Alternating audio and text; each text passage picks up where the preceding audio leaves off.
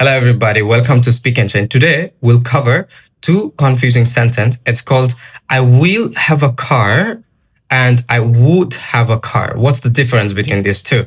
I will have something তার মানে আমার কাছে সেই অ্যাবিলিটিটা আছে সেটা কিনার। হতে পারে আমি 1 মাস পরে কিনবো, হতে পারে আমি 2 মাস পর কিনবো, হতে পারে একটা পারফেক্ট টাইম পরে আমি কিনবো। আমি যখন বলবো I would have something, I would have a guitar, I would have a car, that means I might not have the ability right now.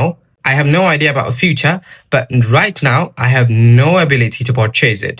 So আপনার যখন এবিলিটি এই মুহূর্তে নাই তখন আপনি উড হ্যাভ ব্যবহার করতে পারেন। ডিফারেন্সটা হচ্ছে সেন্টেন্স দুইটা দেখতে একই রকম হলেও এর ভাবার্থের মধ্যে ভিন্নতা রয়েছে। আই উইল হ্যাভ সামথিং মানে হচ্ছে আপনার এবিলিটি আছে, এটা দিয়ে বোঝায়।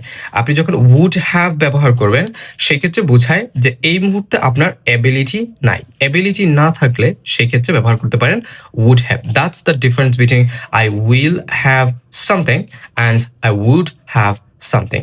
See you in next video.